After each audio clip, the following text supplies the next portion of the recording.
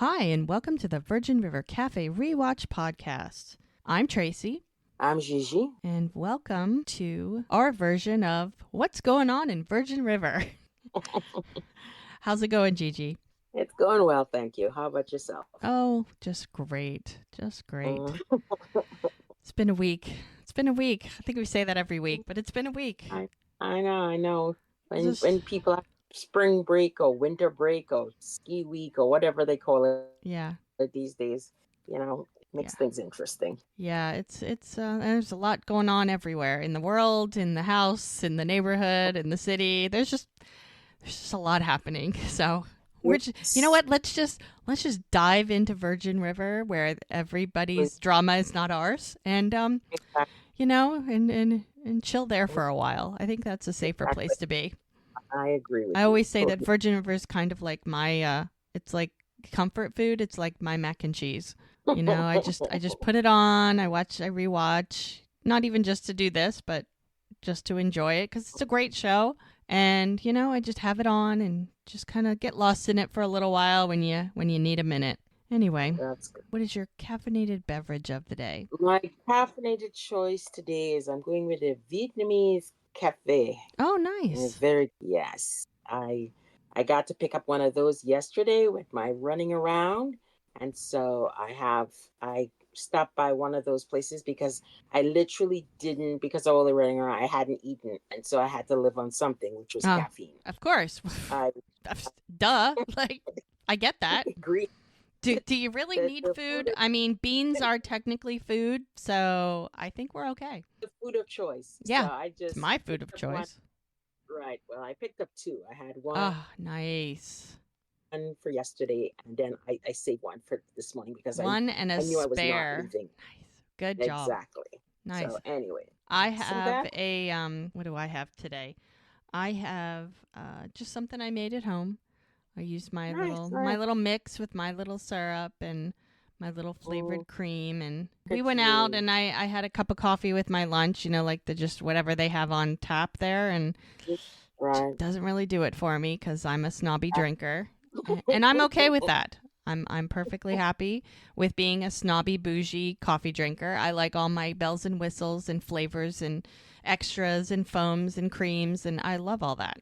Whether I make it That, myself or I buy it somewhere else, I enjoy that. that So that's okay. so That's okay. so when I have a regular cup somewhere else, I don't really count it because it's not like it's sort of like to tide me over until I can have what I really want. Mm-hmm. Because you have to maintain. I was not born with the appropriate level of caffeine in my body, just like vitamin D and vitamin C and all those vitamins you're supposed to have. There wasn't. I was not born with that level, and so I have to maintain my level of caffeine. So I need to supplement, and so here I am supplementing All right. because Sounds like you because got it that's the way all. we roll here at the Virgin River Cafe. Mm. All right, are you ready? Are you ready to get I'm ready. started?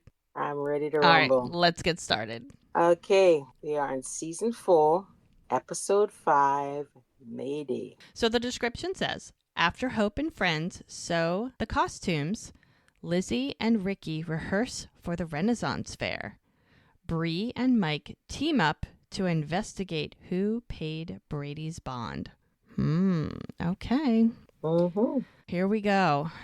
Now, when we left our friends in Virgin River, Jack and Mel were in the middle of a crisis in the air. Remember their buddy who was flying them to a secluded island so that Mel could surprise Jack with a camping weekend? Like it all sounded really good, didn't it? It started off so well, and like Like most everything that things. you plan in life, somebody shits on it. And the universe went, Mel, I'm sorry, you haven't had a bad day in a bit, and so let's just sprinkle some negativity your way because you haven't had enough yet. Exactly. So here they are. We are not starting off with scenery. We are starting off with drama, like lots of drama. Like, oh my gosh, the pilot is having a heart attack, Mm-hmm. and he is groaning and moaning, and poor Brad is having a time. And Jack, who has had some lessons with Brad, jumps up in the front and Mel, of course, is freaking out like, okay, we're going to die. Like, we're going to die. So they're 2,000 feet up in the air. Now, if you're going to fall, that's a long way to go in a tin can. I mean, I'm shocked. I mean, honestly, just as an observer, I'm shocked planes get in the air. I realize that there's all kinds of aerodynamics that happen to make it happen, but it just still amazes me that planes fly. It's just a very basic concept, but I think so they're going to fall out of the sky. And of course, that's what she's thinking. How is this thing staying in the air? Like, now we're going to drop. So she asks if there's an emergency kit. He's like behind the seat. Of course, she's going to look for whatever she can that's going to help him. Jack is up front. He's trying to do what he can. They're trying to call the radio tower to hopefully help. And as Jack is looking at Mel, she finds some aspirin, which can help if you're having a heart attack because it will open up your blood vessels. Yeah, that's what they usually tell you to do. So in an emergency, so she grabs some aspirin, gives it to him, asks him to eat that. So he's chomping on some aspirin. And Brad breaks the news to Jack, you're going to have to land us. Now, the look on both Mel and Jack's face is like, what? Huh? Yeah. That's really? Like, I don't know about that. So they contact the wherever they're supposed to be landing. They're like, Honey Harbor's about 3 miles out. Like, they're not going to make 3 miles? There's no way they're going to make 3 miles. So Jack suits up. He puts his little headphones on, and he's trying to give the information to the tower. And Mel is looking like she is freaking out. And they're yelling, Mayday, Mayday, Mayday. Gee, I wonder where the title of the episode came from. Can't figure that one out. Well, you said her face kind of looks like she's freaking out. She is freaking out. Yeah. So he lets the tower know, gives them their position. He says that they're coming in for an emergency landing. And he's like, the pilot's having a heart attack. Make sure you have an ambulance ready. And they hear him, and they said, how many souls on board? Because that's how they talk when they speak in airline talk. They always say how many souls. It's technically 4, but they only say 3. So, because she is pregnant, even though it's kind of a secret. I guess she finds some medication that they're supposed to have. It's nitroglycerin, which is another thing they give to people that are having a heart attack, and you put it under your tongue, it dissolves, and that's supposed to help with the pain. And so she finds some in the emergency kit. She gives it to Brad, and she tells him to put it under his tongue. Try and take deep breaths. I mean, she's doing the best she can to triage him, but, and he technically is still flying the plane with lots of assistance from Jack. I mean, he's not really doing much at this point. Now, the tower, or wherever they're supposed to be landing, they're shining a light to them so they have an idea of where to head toward. And Jack is like, I'm going to need some help. And he says to Brad, he goes, he's giving him the directions. This is what you do. You push this, you pull that. And he's trying to explain to him, how to do this. Now, this is a boat plane, which is good and bad, because if it was a regular plane and he'd have to land on the ground, there's probably a bigger chance of like a bigger crash. Whereas a boat plane, if they can kind of stay on the surface and he can ease down, then they can float. I mean, it's meant to do that. But, I don't know. How many times has Jack done this? What did he say? 6 hours? It's not enough. Sorry. That's not, no. Not nearly enough that you need for doing this effectively without any help from Brad. So thank God Brad's still conscious. So yeah, he's conscious. He's in pain and he's wincing and he's holding his chest, but he's still conscious, which means he's still participating in the landing, which is really what they need. So he's asking Jack, how far are we from the surface? He's like, about 30 feet. And he's like, okay, pull up a little. And Mel's just sitting in the back with her eyes closed, trying to think good thoughts. Yep. And then they're like, say a little for a prayer for me. Yep, brace for impact. And then they cut it. And then we see scenery. It's like, what happened? what happened? Because, it's Virgin River. We get to experience literally every minute of these people's lives. So Mm-hmm. you'd think that they would show that. But no, no, no. So it's like our commercial break. It's our scenery. And we have a lovely waterfall. And as we are entering the hospital, we see Jack standing by, waiting patiently, looking very nervous. And then all of a sudden, we see Mel being rolled out in a wheelchair by a doctor. And he's like, sorry for the wait. We're a little busy. The doctor's like, maternal assessment showed no irregularities. Because she was freaking out because she's pregnant. She's like, yeah, plane Mm-hmm. crash, pregnancy, not two things you want to have together.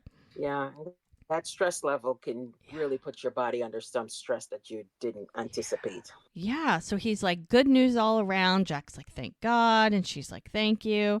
And he's like, so when can I take her home? She's like, look, I've already signed the discharge papers. You're good to go.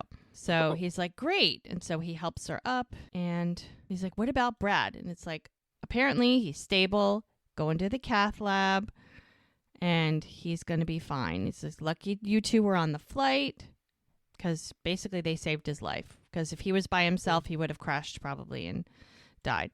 So Jack, of course, is trying to be the positive person in this situation. Like, see, we're okay. Everybody's okay. Mel, she's still freaking out because in her world, everything bad happens. So, of course, she's just looking for when is the other shoe going to drop? Well, also the thing is, you can tell by the look on her face, she is just terrified of losing this baby, and this is one of those things that she felt may have impacted. It's like, And so can't we that's why I just think have she's nice things? totally. Like, seriously, in her world, why can't we just have nice things?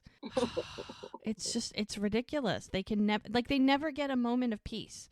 And as soon as they do, it's like they have to have the yin and the yang. It's like the bad has to come right behind it. It's like, can the universe just leave them alone for 5 minutes? Seriously. Apparently not, my friend. No. Apparently not. So he's like, how are you feeling? And she's like, I'm better. She was just scared. She's like, I don't know what that impact. She thought something. And he was like, no, no, no. The doctor said everything is fine. And she's like, I know. It's just what if, that what if is always just lurking in the back of her mind. She's like, what if something would have happened? He's like, yeah, but you were the one that said no more what ifs. Like, he's trying to remind her of what she put in place when this whole thing started. And, he's being smiley, he's trying to be positive. I'm going to be the glass half full kind of guy. And she's like Debbie Downer because she's freaking out. And she's like, you're right. It's hard not to think about the what ifs. And he's like, look, I know, but let's just focus on the positives. He goes, let's get you home. You can get some rest. He gives her a nice, puts his arm around her. They're walking out, but gives her a kiss on the side of the head. And she's still freaking out. And she's like, we're supposed to be sleeping under the stars tonight. And he's like, what? Where? And she's like, Whispering Rock, which, by the way, is the title of one of the Virgin River 22 books that Robin Carr wrote. It's just one of the many. You never hear about it other than that, but I love how they kind of weave those things into this show. And he's like, you were taking me camping? And she's finally smiling. You can tell she's feeling a little better because, he's trying to get her mind off of everything. And he's like, I thought you hated sleeping outside. And she's like, yeah, I do, but that's how much I love you. And he's like, oh, God, I love you. They're so cute. We have a lovely view of the sunrise and the Virgin River and the cabin. Now, if you go to visit this cabin in Vancouver, it doesn't look like this. I can tell you right now, because I've seen people have visited and they've taken pictures when they're not filming. The grass is not green. There's no flowers. I don't even think the swing is there. The flowers out front. I mean, it looks like it needs a reno, like a total renovation. But they obviously perk it up and make it look pretty for the show. It's just scenery shots with both of their cars parked out front. And it's such a cute place. I swear it would be so cool to visit the cabin, and stay there. They do, I don't know if you know this, in Brazil, because Brazil is very big on Virgin River. They have a huge fan base in Brazil. And this one, I don't know if it's a family, a person, a couple, a guy, who knows, they created the cabin. I know. I And saw it on Instagram. It yep, was, and it's literally almost it's very not similar. It's similar, they very did a similar. Because really nice job. right, They and I looked think at it. part of the reason why it's not exactly, it's because it wasn't available in Brazil for them to buy Well, they to put. built it. They took Right, the interior furniture, yeah, certain things are not the same because they couldn't buy it there in right. They Brazil. did the But best as they far as could. Very, right, very well done. And it's an Airbnb and it's not that expensive. So if you're ever in Brazil and you want to stay in a place that looks a lot like Virgin River Mel's cabin, it's that's right. available. It's very cool. I think it would be cool if somewhere up in the actual Pacific Northwest, like, I don't know, even like Mammoth, Big Bear, Arrowhead, one of those places where people go to the ski in the mountains. Because we were Mm-hmm. just there. We were just in Big Bear this past weekend. And I'm driving around going, God, it feels like Virgin River, because it's just, it's very green and everything is cabins and it just kind of gives you that feel. And I'm like, it would be so cool to have like a place like that up here because Well, people would rent if it. one of us wins the lottery, then I'll that's do that. what There you go. Bucket we're gonna list. do. If I win the lottery, that will be my little project because I've renovated houses before, so I could totally do that. Oh, You I just know got to you have could. the money. You just got to have the money. But it would be a fun little project. I'd Mm-hmm. have a blast. I would literally make it exact. Oh, I know you would. Like I would down to whatever's on the shelf, I would duplicate. Like it would be Oh, I know chef's that. kiss. I know you. It would be so much fun. Anyway, someday. So Mhm. here we are. Here we are at the cabin, and Mel is on the phone, and she's talking to Dr. Lorton, which is her OBGYN. Remember, they went to visit, and she's checking in. Apparently, the Dr. Kiram, which was the doctor that was that they saw at the hospital when after the crash, sent Dr. Lorton the copies of Mel's test results and her blood work. And Jack's like, what'd she say? And she goes, well, we scheduled the NT ultrasound and maternal serum tests for week 11. So we don't know where she is in her pregnancy. When Mhm. she went to see Dr. Lorton, she had said 5 weeks ago that she had the everything, the IVF. So within a few days, so that was like, let's say 6 weeks. And I'm guessing that was a couple weeks before. So she's probably around 8 weeks pregnant at this point, if we had to Mhm. guess. Usually they don't do, unless you're high risk. I mean, you have high risk, you get a lot more tests, a lot more ultrasounds. But they're probably going to give her a couple more weeks. So at week 11, which is probably in 2 or 3 weeks, they'll start doing a lot more testing, which is Mhm. good. He's like, well, did she find a problem? She's like, no, no, no. They're just being cautious. So, of course, Jack's like, okay, good.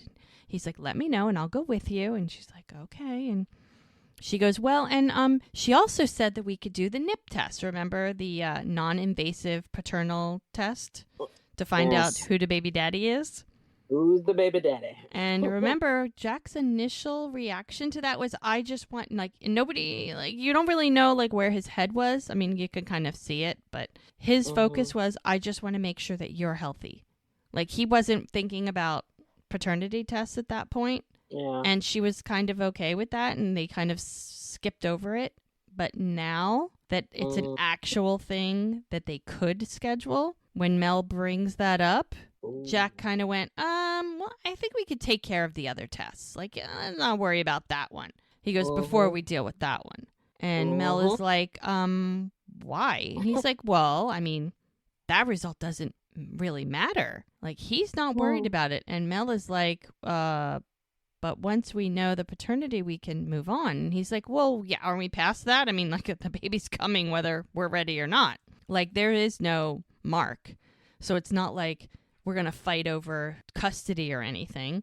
It's literally knowledge. That's the only thing that's out there at this point. Right. And Mel is like, but don't you think our child will want to know their genealogy? Jack's reaction to this is funny. He goes, well, I think it's going to be a while before they can even say genealogy. I mean, he just does not want to deal with it. He's like, let alone even He care doesn't. about it. Yeah. He does not want to deal with this right No, and while she's like making tea, they're just having this lovely little chat, and it seems like a very innocuous conversation. Like it's not that big of a deal until it is a big deal. I think it's the sort of situation out of sight, out of mind. Right. it's not And I something that think, we have to know or deal with right now, so let's not even worry right. about it. That's sort of his take. Mm-hmm. Whereas Mel does not let things go. She likes to Well, know what's going on. right. And she likes to know where she stands. Mm-hmm. And Jack Jack unfortunately is a procrastinator, and he Yes. figures the less I know about it, the better off I am. Right, right. So that's where we're dealing, what And we're Mel dealing is with. kind of associating it with, she's like, well, I don't know. I mean, like, look at Denny. He's like, he came out here because he wanted to know who his real grandfather is. And Jack's like, well, yeah, he had a good life before he knew about Doc. So, Saved by the Bell, his cell phone rings. And Mel is like, yeah, but I'm sure he was missing something. And Jack's like, well, I can assure you our baby is not going to be missing out on anything because he's going to make sure of that. Right. But that lingering question, I don't know. He goes, because we will love them with everything we got. Now she's just like, we're going to put a pin in this and we're going to have to. I mean, you could look, the look on her face is like, yeah, we're going to have to talk.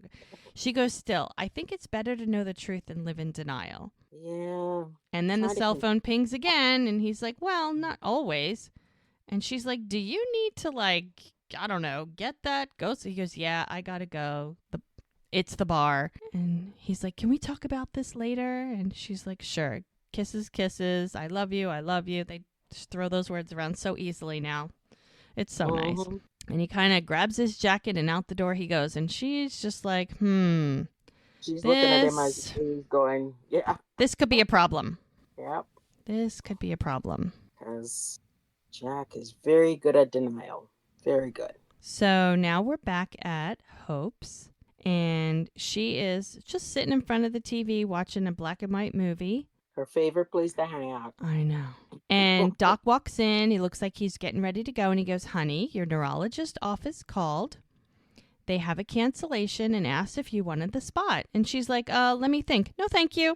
And he's like, oh, well, I already accepted. And she turns off the TV. She goes, then you go. And he goes, look, we have to keep up with your treatment. And she's like, we? She goes, I don't see anyone poking and prodding you. And he's like, all right, once a month I have needles injected into my eyeballs. She's like, fine. He That's goes, true. You can't argue with the eyeball treatment. right? It's not fun. And he's like, look, I have house calls to make. I'll be back at 1 to pick you up.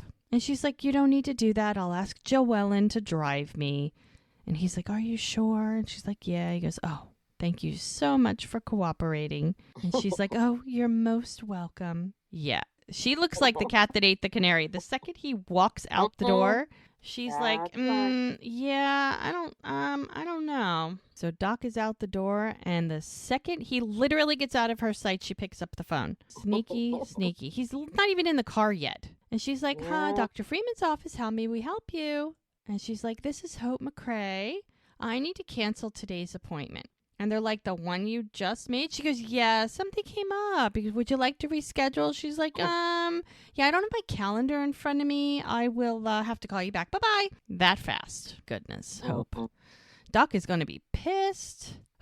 So we're back at Jack's bar. Jack's in the office, and he's on the phone with Mike. And he's like, do we have any word on Vince? And he's like, no, nothing really panned out yet. And he goes, with all the technology, how does this guy vanish into thin air? And Mike is like, well, he's a crooked cop, so he knows how to disappear. And he goes, well, Preacher's putting on a good show, but he's really, like, this worrying about Christopher is killing him. And Mike is like, trust me, Jack, we are doing the best that we can. So, and Jack is like, well, okay, do you think that maybe, because we know that Brady was there. He remembers Brady being there the night he got shot. He's like, do you think Brady saw something, because like a car parked outside or something? And he goes, well, when we interviewed him, he said he didn't. He goes, yeah, but that was a while back. Maybe he thought of something new, or maybe I should talk to him again. And Mike's like, no, don't do that. He goes, well, let me do it. If anything changes, I'll let you know. So I guess they agree to disagree on how to proceed, but It's Brady. It's always a catch-22 when it comes to Brady. So then Jack has a knock at the door, and it's Brie. She's like, hey. She goes, I talked to Mel. Are you guys okay? He goes, yeah, thankfully. She goes, geez, sweet of her to surprise you with a romantic getaway. He goes, yeah, well, we didn't get very far. Well, it's a thought that counts, right? He's like, yeah. He goes, well, I'm glad you're okay. He goes, listen, did Brady ever talk to you about the night I got shot? And she's like, well, I asked him about it. He's never really said that much. He goes, you think he'd talk to me? He goes, well, he kind of blames you for putting him in jail for getting stabbed. So I don't know that Brady's going to want to talk to Jack so much. And Jack's like, well, he goes, look, she's like, I didn't say it was rational thinking, but he's like, because, he might have seen something and that could help us track down Vince. And she's like, okay, I'll ask him again. He goes, no, that's okay. I'll handle it. He doesn't want her talking to Brady, and he doesn't know that they're still hooking up. So it's almost like you'd be going out of your way to ask Brady, and I don't want you to do that, even though that's really not the case. Yep. She warns him. She's like, just be cool with him, right? And he goes, yeah, what? I'm always cool. She goes, no. She goes, I'd love to debate that point, but I've got work to do. Goodness. Yeah. All right. None of us think our siblings are cool, so. No, they're never cool. Never. Lord. So we're back at the clinic. Mel is in the kitchen, and she looks like she is sterilizing some equipment. Cameron walks in, and he's like, hey, you're already done with Bert. She asked him, already done with Bert, and he goes, no, he's asking for you. He's like, oh, well, what did you do? Did you make him mad? Like, she's joking with him. And he's like, I don't think so. He's like, calm down. I'm just kidding. She's like, yeah, well, remind me never to play poker with you. She goes, you're impossible to reach. She goes, well, it's fine because I only play Go Fish anyway. So Mel goes in and she talks to one of our favorite people on the show is Bert.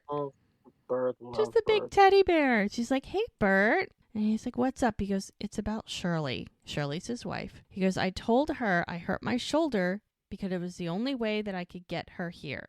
And she's like, okay, well, what's going on? And he's like, well, she's tired all the time.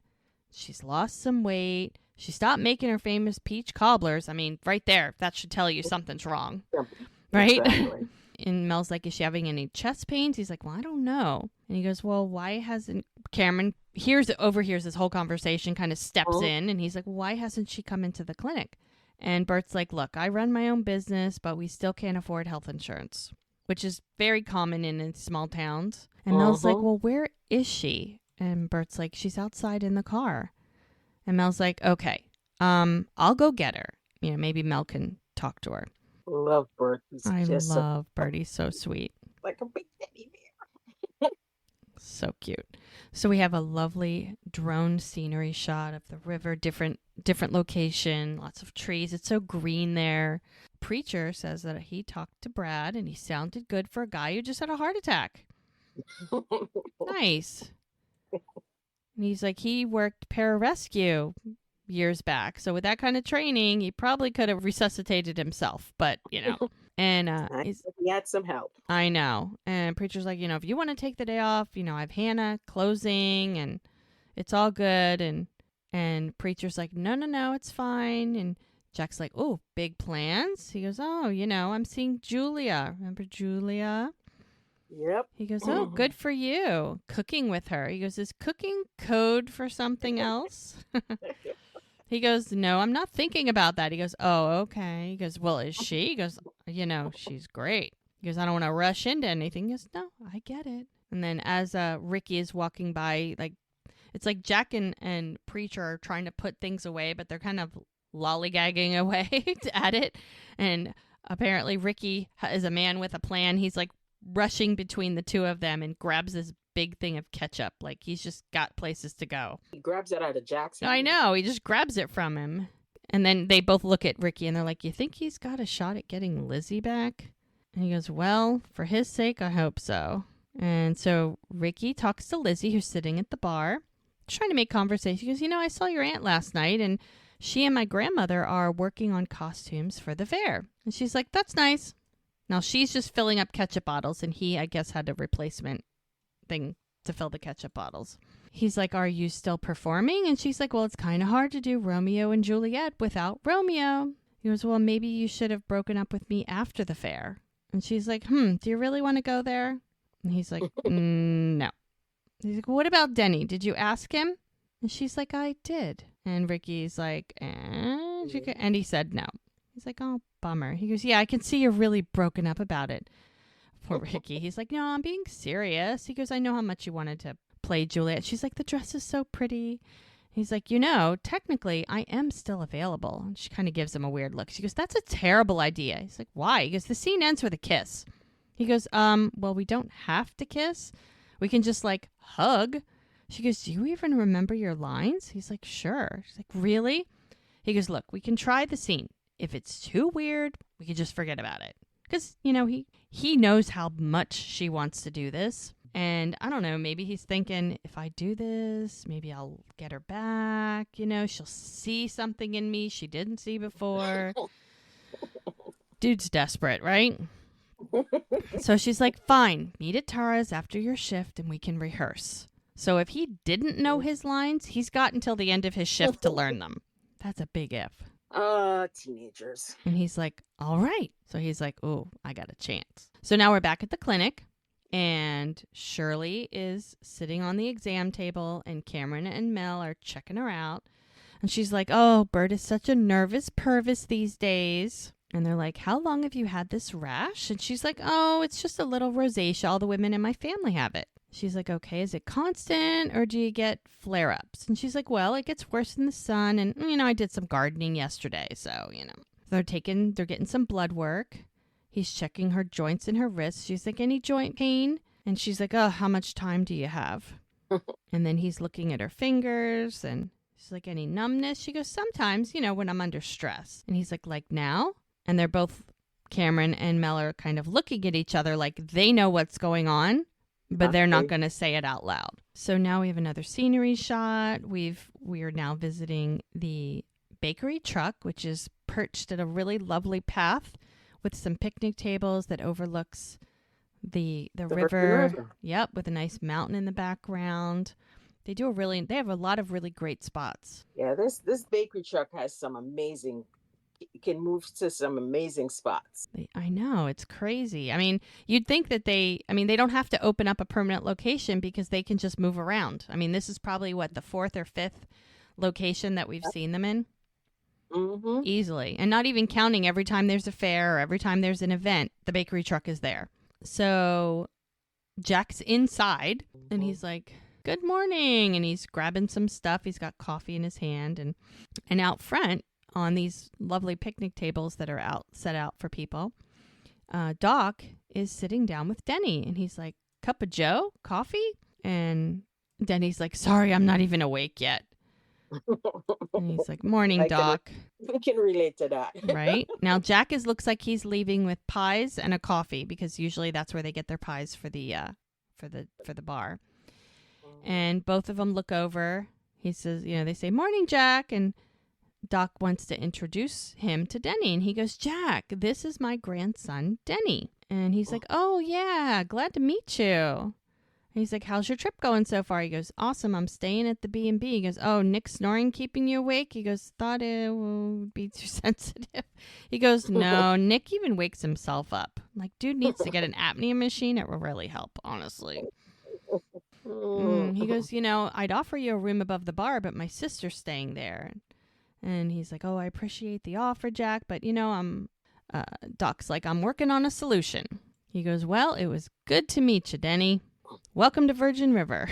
And off he goes with his pies. He goes, so Doc's like, I wanted to talk to you about something, about you being at the B&B. He goes, normally I'd invite you to stay with me and Hope, but she's just not up for house guests right now. And Denny's like, yeah, I totally understand. The B&B is fine. He goes, but I think we can do better than fine. He goes, there's a bedroom on the second floor of the clinic that'll be much more comfortable. And he goes, well, I don't want to bother anyone. He goes, you're not a bother. You're family. Like, he has just enveloped him into his life that fast. Mm-hmm. I mean, granted, before you said there's no proof. And yeah, he had the picture. So, I mean, I don't think there's any doubt that that's his grandson. But yeah, you're right. It seems a little fast that he's that trusting and that, I don't know, he opens his home up. Like, I would feel better if he took a while to get to know him before he did all this. But I think... Yeah, I agree.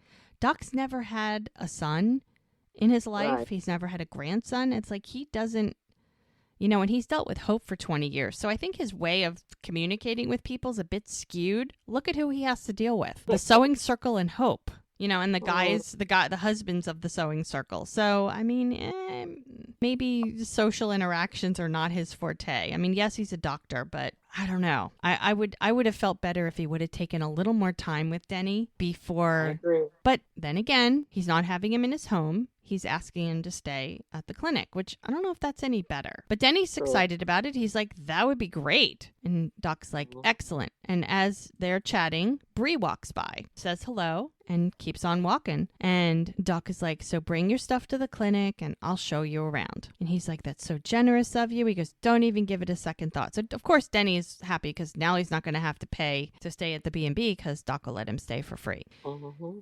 So at one of the other tables in a more of a shaded, more secluded area, we have Mike, who's sitting there with a nice box of pastries. And that's who Brie was meeting. And she's like, thanks for meeting me. And he's just chowing down. He goes, well, it sounded important. Plus, there's donuts. I mean, he is a cop. So, look, you won't like what I have to say, but I'm asking you to keep an open mind. And the look on Mike's face is like, that's quite a disclaimer. She's like, look, I need you to go to the bondsman office with me so we can find out who posted Brady's bail. He's like, Bree, we've been over this already. This isn't just about Brady. He goes, well, until Vince is in custody, the guy who shot my brother is still out there. The guy who shot my brother is still out there. And he's like, look, we're working on it. You have my word. She's like, look, I thought after Calvin's boss thing, and all the stuff with that, I think these things are connected. I mean, Mike doesn't necessarily believe it because he's like, connected how? He goes, look, she's like, whoever framed Brady framed him using Vince's gun. And Mike is trying to see the connection. He's like, to what end? And she's like, control. He goes, they put Brady in prison and then they got him out. That's a lot of leverage to have over someone. And he's like, well, maybe. She's like, please, just this one thing. I'll buy lunch afterward. And of course, he smiles. He goes, you're insinuating that I can be bought? He goes, well, if it'll make you feel better, then we can split it. He just thinks it's funny. He goes, fine. Like she wore him down. He's like, fine. Fight, I could tell you. There wasn't much fight in that word. No.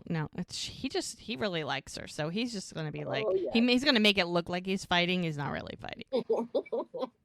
She's like, all right. And he's like, yeah. He goes, look, after this, let's leave the police work to me. So she has to agree to that. She grabs his hands, looks right in his eyes, and she's like, thank you, and I will. Okay. Yeah, I will not believe that, but we're gonna go with that. We're gonna see how it all pans out, So we're back at the clinic, and Cameron and Mel are talking to Shirley and Bert, and they're like, okay, we'd like to screen Shirley's samples for an autoimmune disease. And Bert's like, well, what kind of disease? And Cameron kind of explains, he's like, fibromyalgia, rheumatoid arthritis, lupus, celiac. And Bert is looking very confused. He goes, and she's like, I don't think you'll find anything, but keep us posted. Bert, we need to go. And he's like, we're staying. And Mel is like looking at Shirley going, is there something you're not telling us? And Bert just can't hold it. He's like, her aunt had lupus, whatever that is. He called it the lupus. And Cameron's like, right, okay. And Mel explains that lupus is when your immune system attacks your body. And Bert looks at Shirley like, why didn't you tell me you weren't feeling well? And she's like, well, I thought it would pass. And Bert's like, okay, so what's the cure? And Cameron has to explain that unfortunately there isn't one. And he goes, but with medications and treatments, you can help control the symptoms. And she's like, absolutely not. Shirley is very, very firm on this. She goes, lupus practically bankrupted my aunt. Bert's like, okay, now hold on. If she doesn't accept treatment, then what happens? And Mel's like, well, left untreated, lupus can result in heart failure, kidney failure, stroke. And Bert nearly, like the look on his face, like he's freaking out. I know, he's about to lose it, yeah. And they're like, of course, you'll need to see a specialist for an official diagnosis. But once you have that, and with proper treatment, lupus patients can live long and healthy lives. And Bert's like, well, I don't care what the cost is. And Shirley's like, go ahead, tell him. And Cameron's like, treatment can run up as high as $36,000 per year. And Shirley kind of has this smug, like I told you so look on her face. Yep. Which is not the look you want to see. And then Mel pipes in. She goes, yeah, but there are federal programs that can help offset the costs. And she's like, yeah, but by the end of the month, we barely have 2 nickels to rub together. And remember what Bert said, they don't have health insurance. Mm-hmm. And Mel said, well, maybe the annual picnic can help make up the difference. And Shirley's like, we are not comfortable with charity. And Bert's like, the hell we aren't. He goes, you need medicine. I'll be glad to set my pride aside and beg on the street if I have to. She's like, I'm not going to let you do that. It's not. And he's like, it's not up to you. I'm being selfish. He's so cute. He's like, I can't lose you. He goes, Shirley, it's because of you I have a life. They're so cute. She wants to cry. She goes, oh, Bert. And they give a big hug. Oh, yeah. So sweet. This is so apropos because now we go to Lily's farm and Lily's the one who introduced them to be together. Yes. You remember? Yep. Lily's the one who brought them together. Yep. So it's interesting that we go straight to Lily's farm now. I know. So all the ladies are together. Tara and all the sewing circle, they're working on all the costumes for the Renaissance Fair. And so they're like, okay, Lizzie's hemline is done. It's for the Renaissance Fair, and they're doing Romeo and Juliet. And they're like, if only Muriel would sew half as fast as you. Because Tara is very fast. She goes, perfection cannot be rushed. And Connie literally takes it out of Muriel's hands. She goes, yeah, sure it can. He gives it to Tara and said, finish this. So she just moved on to something else. Oh, God, yes. So the ladies are like, anyway, she's like, Hope, it is so lovely that you have joined us today. She goes, well, I had an opening in my schedule. And she's like, speaking of schedule, are you going to do opening remarks at the fair? And Hope's like, I'm not sure I'm even going. And Tara's like, well, what do you mean? You have to go. Muriel's like, well, if it's too much trouble, if it's not too much trouble, I'd be happy to give the opening remarks for you. And Hope is like, be my guest. Because, Muriel loves to be in the spotlight. Oh, she does. Mm-hmm. And all the ladies are kind of looking at her. Mm-hmm. And they're like, but you're still going to attend, right? And Hope's like, yeah, I'll think about it. And then Joellen, she's like, don't worry. Doc texted me a reminder about your appointment. We should go so that you're not late. And she goes, oh, the appointment got canceled. And Joellen's like, well, Doc didn't tell me that. And he goes, oh, they called right before you came over. She goes, oh, Tara, hand me another skirt from Muriel's pile. Like, change the subject. Muriel holds on to it like, don't you dare take the one I'm working on. So now we are at the bondman's office. Remember how Brie had this idea to go talk to the bail bondsman to try and find out anything they could about who paid for Brady's bail. Now, technically, they're not supposed to say anything, but sometimes it's what they don't say, that they get information. So Mike is in there talking to the bondsman. And obviously, he's not giving up any information, especially to a cop. I mean, come on. He's like, okay, like, you're not listening to me. Dan Brady is a flight risk. And he goes, well, that's for a judge to decide. Now, as Brie walks in, she kind of turns around and walks right back out again. And the bail bondsman says to Mike, he's like, he jumps bail. You're not seeing any of that cash. So Brie walks into the secretary's office. And she's like, looking at her like, oh, God. And the secretary's like, you might be here for a while. So she hands one of the coffees to the secretary instead of Mike. And the secretary's like, is that your partner? Receptionist, whatever she is. And Bree's like, yeah, unfortunately, he's total caveman. So she kind of is just sitting around. She goes, well, he must be related to my boss. And they're kind of chuckling about it. She goes, I'm Brie, by the way. She goes, Susan, have a seat. She goes, Susan, how long have you been working here? And she goes, oh, too long. She goes, you ever think of doing anything else? She goes, I got a record, so I don't really have a lot of choices. And Brie's like, I get it. And Mike is like, Brie, are you coming? And she's like, in a minute. And he just kind of looks at her and walks away. He goes, so he walks away. Now, this is where Brie turns on the charm. She's like, damn it, this is going to blow the whole case for me. She goes, we need that name for court. And then the receptionist is like, sorry, I wish I could help. And she's like, yeah, pretty sure your boss would have an issue with that. She goes, and then the boss yells, Sherry, get your butt in here. And she's like, what do I care? He takes an issue with everything. And then he yells, Sherry. And Brie yells, hey, douchebag. Her name is Susan. And she goes, seriously, if he keeps talking to you like that, let me know. She goes, my best friend is an employment attorney. You could sue him for creating a hostile work environment, as she yells loud enough for him to hear. And she's like, wow, thanks. She's like, anytime. And then she pulls a business card out and she goes, if you happen to come across any information about Dan Brady that you can share, I owe you one. She goes, bye. So then she nods at Mike and they start walking. And Mike is like, that was a total waste of time. And Brie is like smiling. She goes, yeah, that guy was never going to give any names. He goes, but sometimes the properly incentivized assistant can be helpful. And Mike looks at her and he looks back at the office and looks at her and she just, pushing the button for the elevator. And he's like, that wasn't about the bondsman. It was about you getting to the assistant. And she's like, pretty much. And he's like, okay, so why didn't you tell me? She's like, I didn't know how good of an actor you'd be. And he laughs so hard. Yeah. He goes, so where are we going to go for lunch? She goes, well, you probably already know. And they both say at the same time, Donatella's in Clear River? And she's like, yeah, I made a reservation. So this was all pre-planned. So we're at Jack's bar, and Jax looks like he's, working on some paperwork, doing his thing. And Mel comes over for a little visit. She's looking a little somber. She comes in and she's like, can we talk for a second? She comes in and she shuts the door. And he's like, uh-oh. Anytime your woman says we need to talk, it's just not good. This does not hold well for you. No. It's this is not like a happy conversation. No. You better sit down, She's like, and she looks very concerned. And she's like, I feel like we left things in a weird place this morning. You know her. She doesn't like to let anything go. He takes a deep breath and he's like, okay.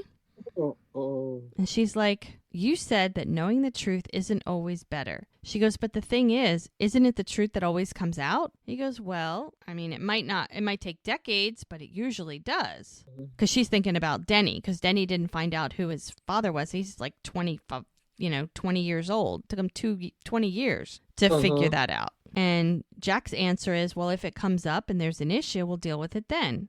And Mel's like, I don't understand how you can live with that kind of uncertainty. And he's like, well, uncertainty is part of life. And she's like, aren't you tired of wondering? I mean, it's been like a couple weeks, and it's eating her alive and he just isn't even thinking about it. So they're clearly on two opposite sides of this situation. And he's like, I'm not thinking about it. And she's like, how is that possible? Now, this is the difference between a man brain and a woman brain completely, because women tend to think and overthink and process and roll it around in their head and think of the pros and the cons.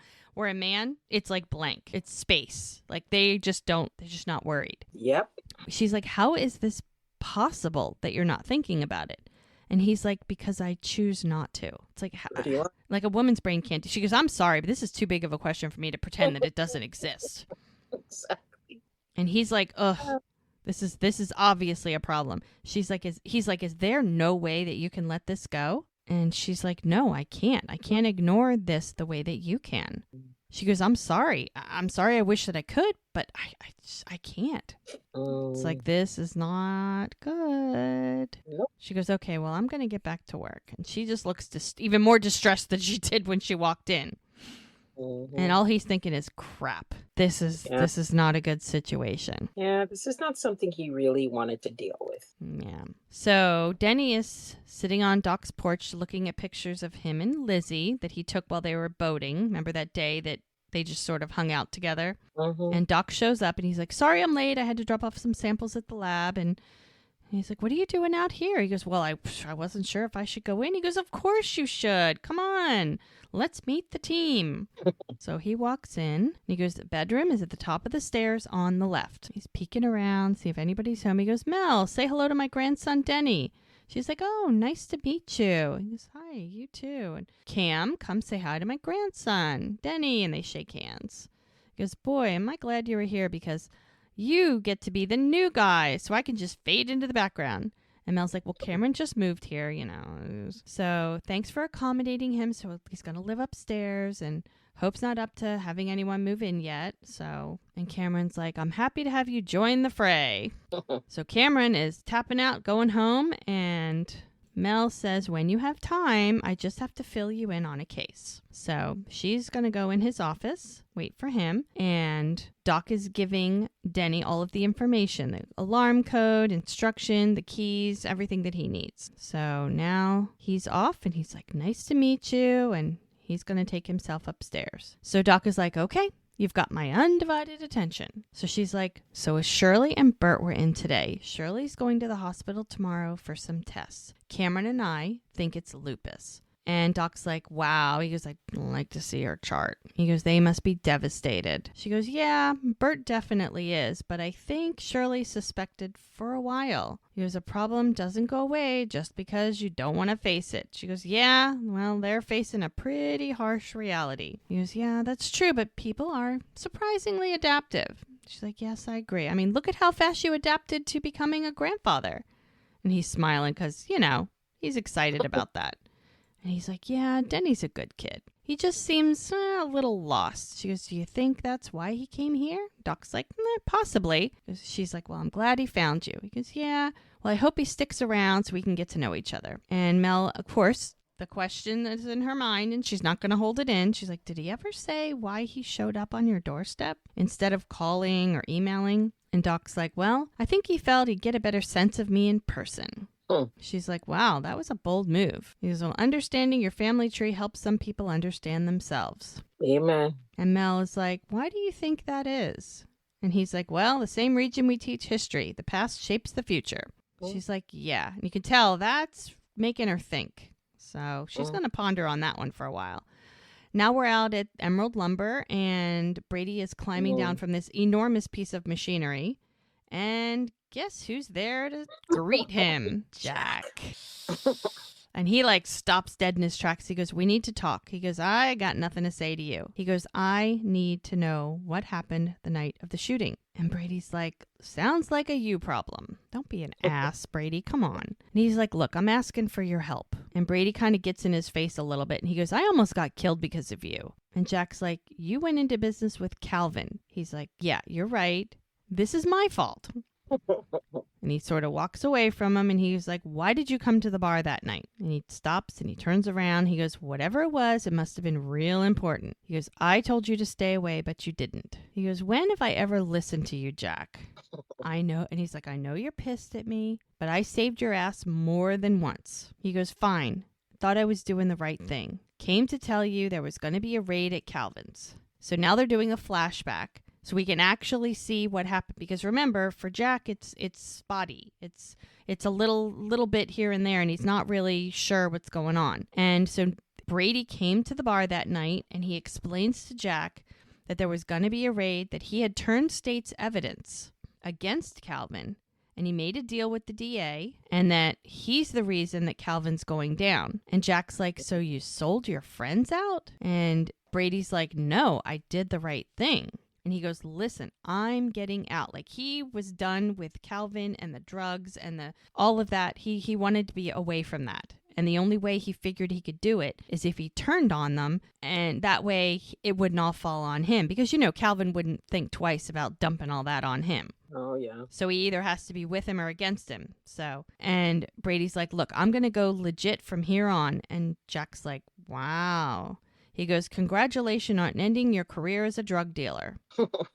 And Brady's like, come on, man, I'm trying here. And he's like, why do you got to be an asshole? What do you want? You want a medal? Because Jack's like, seriously, what? Doing the right thing is what you're supposed to do. Really? Because he's like, you want a parade? And he's like, look, doing the right thing, exactly, is what you're supposed to do. And he goes, it doesn't make you special. It makes you a decent human being. Ah, yes. And Jack just, he's done. He just shakes his head at him and he goes, we're done. It's how many times does Brady have to, screw up and bring Jack down? He's done. So he just kind of wanted to wash his hands of him. And so now we're back to present time. And Brady's like, I was supposed to get caught in the raid so no one would get suspicious. But when I got there, it was already over. And Jack's like, and Mike knew this? He goes, oh, yeah, he set it up. And he goes, then why didn't he tell me? He goes, I don't know. You'd have to ask him. He goes, the only reason I told you was in case something happened to me. I wanted you to know that I was trying to get out. So he was trying to do the right thing. And Jack's like, okay. He goes, you remember anything else? The police timeline has you and the shooter possibly crossing paths. He goes, no, I parked the car. I didn't see anybody. He goes, there must have been something. He said, no. He goes, this is important. He goes, Jack, nothing. Like, he doesn't know anything. He didn't see anything. He didn't see anybody. It's like, leave him alone. And he kind of gets pissed and he walks away. Jack gets pissed and walks away. So everybody's pissed now. It's a pissy show. Gosh. So we're back at Jack's bar, and Muriel is chatting with Ricky, and she's like, thanks, and she walks away, and in walks Doc, and they run into each other, and he's like, great minds, and because I guess she grabbed her takeout, and she's like, I cannot resist Preacher's panna cotta. And he says, well, I'm picking up some as a treat for Hope. And she's like, oh, I saw her today. And he's like, oh, where? Yep, see, this is what happens in a small town. You can't get away with anything. She's like, oh, well, we spent the afternoon at Lily's sewing costumes for the Renaissance Fair. And he's looking very confused. He's like, I'm surprised she could fit that in with her doctor's appointment. And she's like, oh, no, she said that got canceled. And he's like, oh. She goes, yeah. She goes, can I ask you something? And he's like, yeah, as they walk together, arm in arm. So Muriel's like, so word around town is that you have a grandson.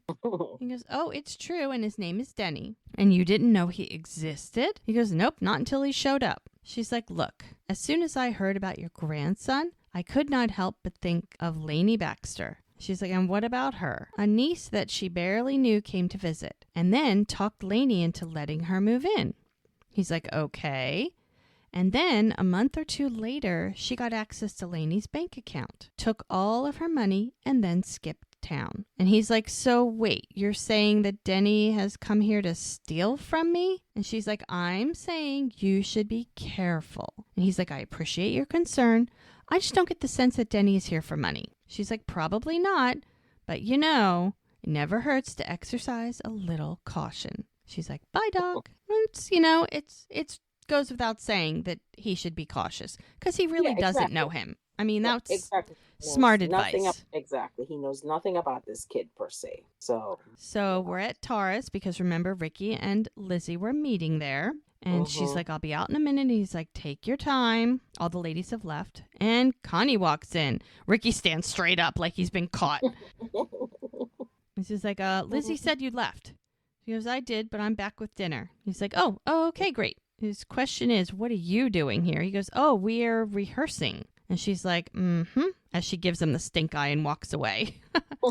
Now, Lizzie comes out in her Renaissance costume, and he's like, wow. And she's like, I feel like a princess. And he's like, you look like one, too. Even Connie comes back out and gives a nice look, like she looks so pretty. And he's like, do you want to try the scene? And she's like, yeah, sure. He goes, and Connie sits down. She goes, I'll be your audience. He's like, oh, no, you don't have to do that. She goes, oh, if you can't perform in front of me, how are you going to handle a crowd? Great. That's just great. So she's like, ready? And then they go into their lines. For saints have hands that pilgrims' hands do touch, and palm to palm is holy palmer's light. Oh, have not saints' lips, and holy palmers too? I don't know. It's all Renaissance stuff.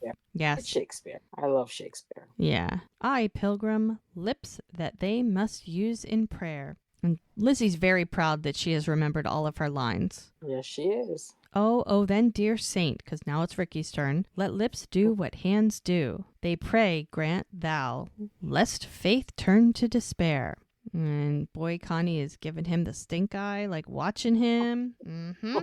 Even Lizzie's looking at him. She's like, you totally know your lines, like surprised.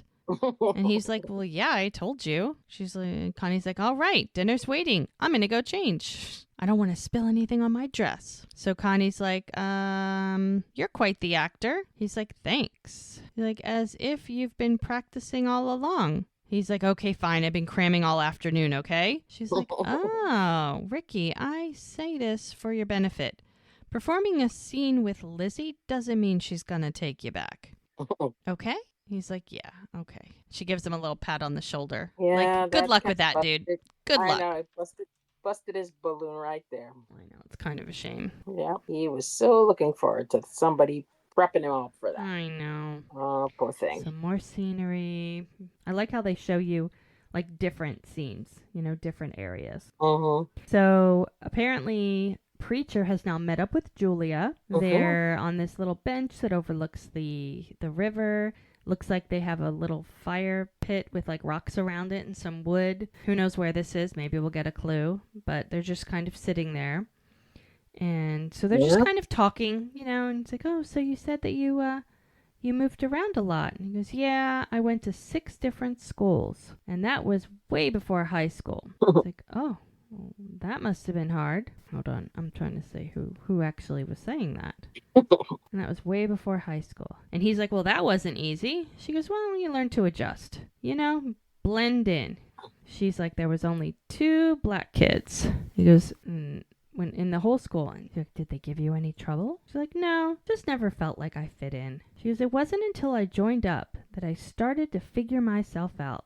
And she's like, so is that when you started cooking? Like, well, the Marines, and they taught me how to dismantle an IED, and I guess you could use those skills to make an omelet. She's like, wow, talk about a well-rounded education, right? She's like, so what about you? Where did you go to college? She goes, well, I went to Morgan State, and I absolutely loved it. He goes, so what made it so special? She goes, I don't know. She's like, it just felt like home. Oh, brother. And we have a little kissy kiss. Little kissy kiss. Yeah, they have a little chemistry. Looks like he has a picnic and a blanket. They're just gonna hang out together. A little afternoon delight. Exactly. He's like, I probably should start that fire or we'll be eating dinner at midnight. Drinking wine. She goes, what do you want me to do? He's like, you could unpack the food. So she gets the food, opens the basket. He's laying the blanket out, getting ready to start the fire, and she's pulling things out of the basket. As she's pulling things out, there's a piece of paper at the bottom. A couple pieces of paper, and she turns them over and looks at them, and it's drawings. Somebody's a good artist. And it's a picture of, look at that. A woman, a man, a bald man, and a little boy. Gee, I wonder who those 3 could be. Paige, Christopher, and Preacher. And she just stuffs them back in and pretends that they're not there. That was part of his life. Yeah. So now we're back at the cabin, and you know that this whole situation has been eating at Mel all day long. Oh, yeah. And so much that she just is not going to let it go because she can't. So she's sitting out front on the chairs on the porch as Jack arrives, and he gets out of the car and he sees her sitting there. And he's like, hey. And she's like, hey. He's like, you okay? And he's like, yeah, I just went up to Emerald Lumber looking for Brady. She's like, how did that go? He's like, fine. He's not even sitting down. Like, he's leaning against the post because I think he's just apprehensive because, God, he's like, I'm going to have to get into this with her. And I've had a long day and I just dealt with Brady and I really don't want to talk about this right now. But she's not going to let it go. Oh, you know the woman you're in love with. Yeah, they know each other well enough now that he just knows, it's like rip the Band-Aid off. Just have the conversation. She's not going to let it go. So you may as well, or you're not going to get any sleep tonight. As we like to say, suck it up, buttercup. Suck it up, buttercup.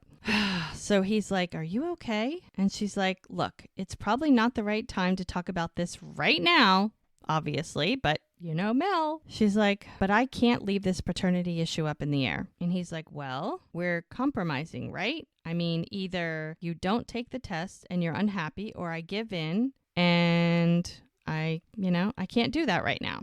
She's like, okay, can you at least tell me why? And don't say that the results don't matter.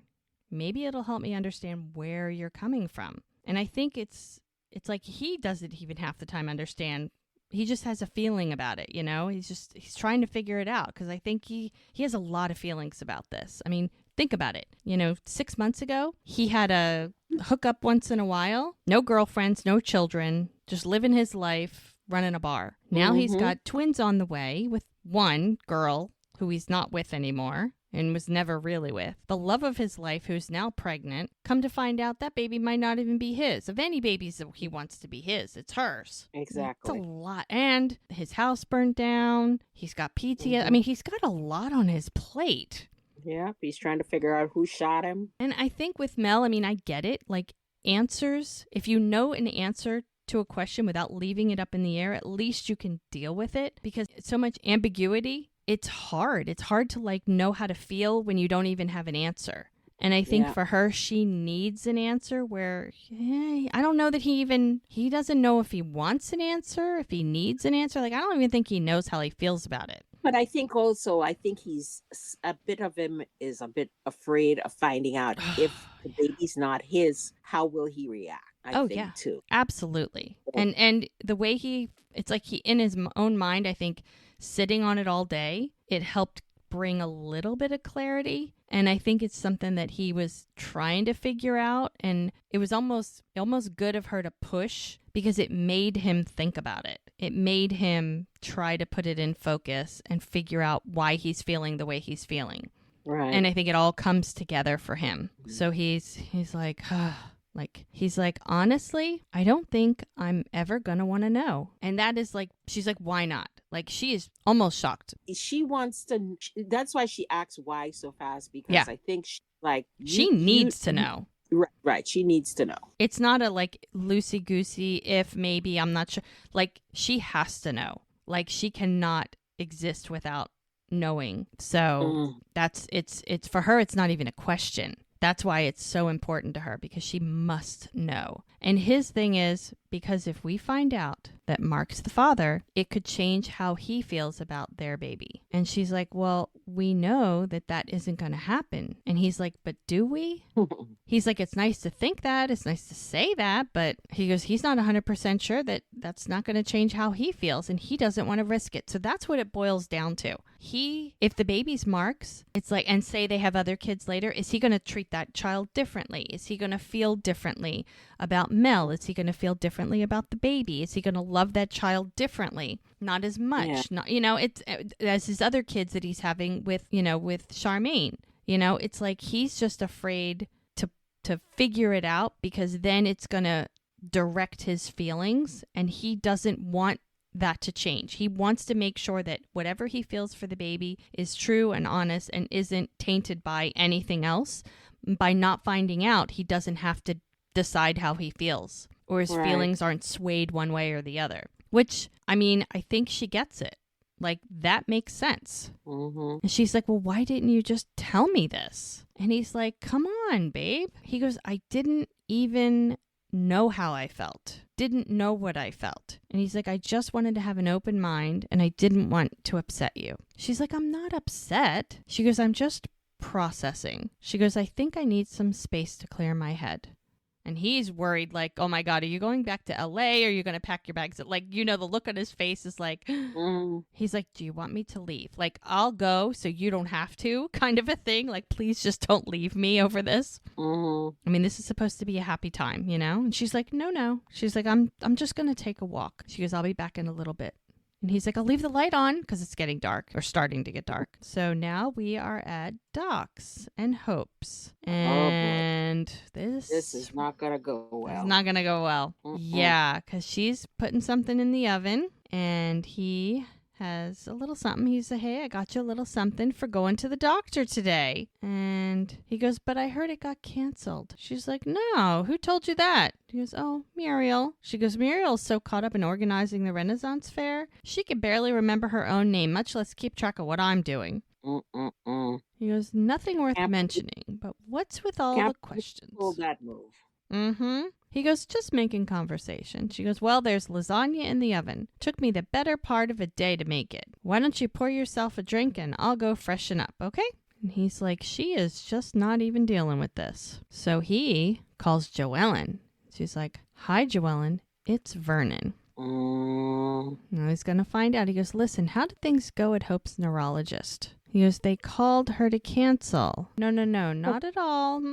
Hope told me. I just forgot. It's like, okay, thanks. So that's what she told Joellen, that they called her. So he's very disappointed. So he's pissed. Yeah. So it's nighttime. We're at the clinic, or it's evening, I should say. It's a little light out. And Denny comes downstairs, and he's kind of like looking around. He doesn't even turn any lights on. He just kind of looking around in the dark. Goes into the clinic, walks around, just kind of checking things out. And he sees the medicine cabinet, goes right to it, tries to open the door. It doesn't open. Reaches in his pocket, pulls out a pocket knife, and he tries to jimmy the lock. He sticks it right in the lock, gets it open. He's able to open it, opens the door, and he's looking inside as Mel turns the light on and is like, "What are you doing?" And he does this nervous swallow, look on his face.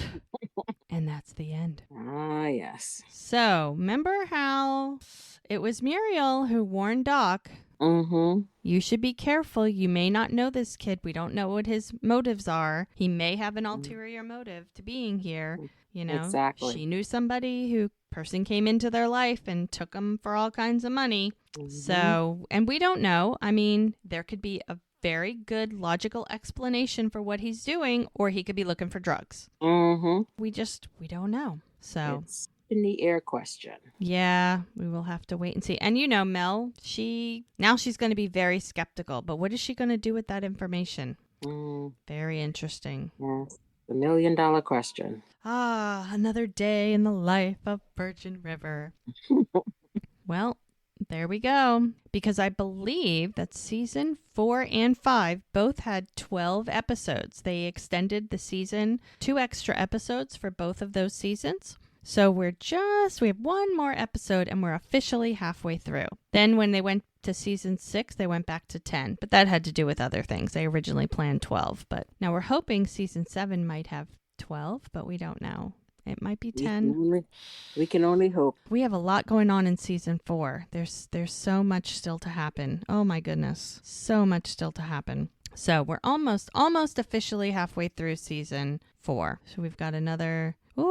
By the time we finish season 6, we will be almost ready to watch season 7. So we're just going to keep going. Very exciting. All right. Well, we will be back with our friends from Virgin River soon enough. So come back next week and you'll hear another fun-filled episode and what we think about it.